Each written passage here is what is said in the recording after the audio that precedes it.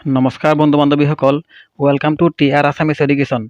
আজিৰ ভিডিঅ'ত আমি কেইটামান অতিশয় গুৰুত্বপূৰ্ণ জিকে প্ৰশ্ন উত্তৰ আলোচনা কৰিম। গতিকে আহক পলম নকৰি আৰম্ভ কৰোঁ। আমাৰ প্ৰথম প্ৰশ্নটো হ'ল, কাক ভাৰতৰ নেপোলিয়ন হিচাপে জনা যায়? ইয়াৰ উত্তৰ হ'ব সমুদ্ৰগুপ্ত। সমুদ্ৰগুপ্ত। 2 নম্বৰ কুৱেশ্যন, পাল বংশৰ প্ৰতিষ্ঠাতা কোন আছিল? ইয়াৰ উত্তৰ হ'ল ৰজা গোপাল। ৰজা গোপাল।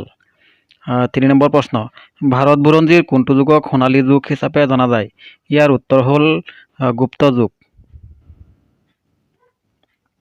গুপ্ত যুগক ভাৰত বুৰঞ্জীৰ সোণালী যুগ হিচাপে জনা যায়।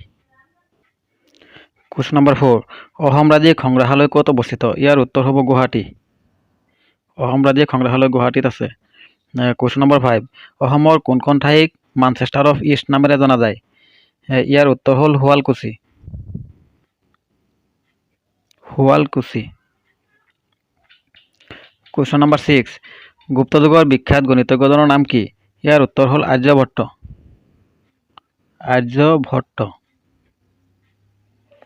কুৱেশ্যন নম্বৰ 7, পৃথিৱীৰ সৰ্বোচ্চ ঘন জনবসতিপূৰ্ণ দ্বীপটোৰ নাম কি? পৃথিৱীৰ সৰ্বোচ্চ ঘন জনবসতিপূৰ্ণ দ্বীপটো হ'ল আইচলেণ্ড।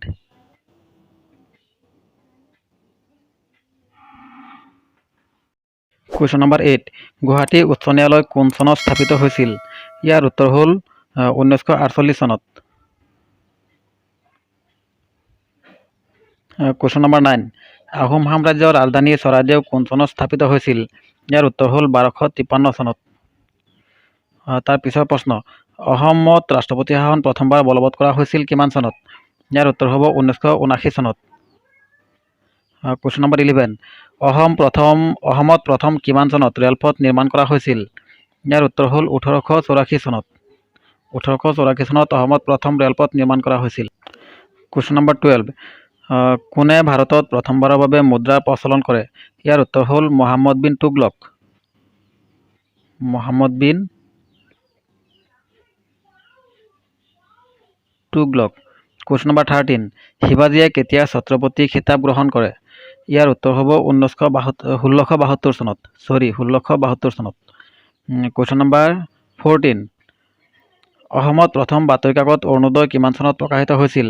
ইয়াৰ উত্তৰ হ'ল 1846 চনত।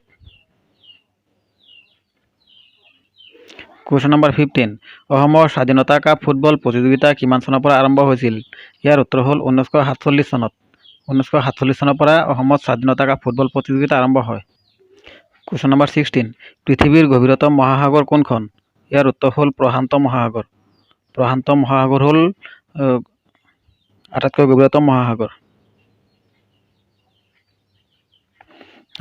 নেক্সট কুৱেশ্যন, অসম ক্ৰীড়া দিৱস কোন তাৰিখে উদযাপন কৰা হয়? ইয়াৰ উত্তৰ হ'ল 17 অক্টোবৰ। অক্টোবৰ মাহৰ 17 তাৰিখে অসম ক্ৰীড়া দিৱস পালন কৰা হয়।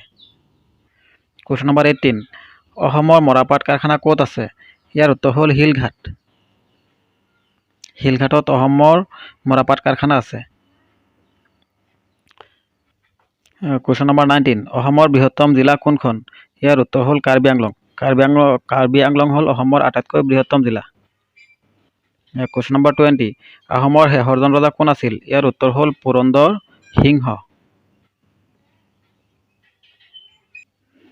কুৱেশ্যন নম্বৰ 21, বৰ্মন বংশৰ প্ৰতিষ্ঠাপক ৰজা কোন আছিল? ইয়াৰ উত্তৰ হ'ল পুষ্য বৰ্মন। কুৱেশ্যন নম্বৰ 22, অসমৰ কাক লায়ন মেন অফ আছাম বুলি জনা যায়? ইয়াৰ উত্তৰ হ'ল গোবিন্দ বৰুৱা। গোবিন্দ বৰুৱা।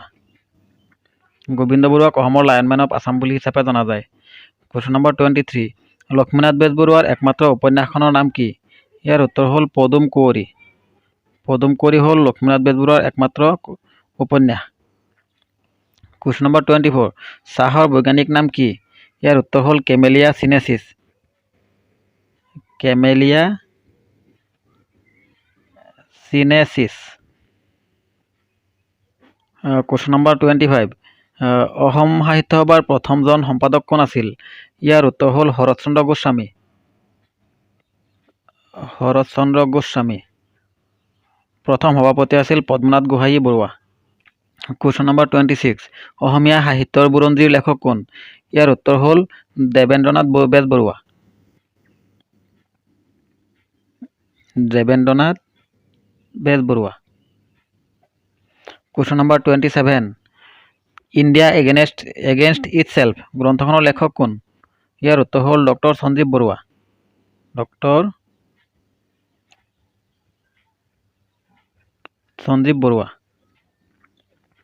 কুৱেশ্যন নম্বৰ 28 পাটকাই পৰ্বতমালা কোন দুখন দেশৰ সীমান্তত অৱস্থিত? ইয়াৰ উত্তৰ হ'ল ভাৰত আৰু ম্যানমাৰ। ভাৰত আৰু ম্যানমাৰ।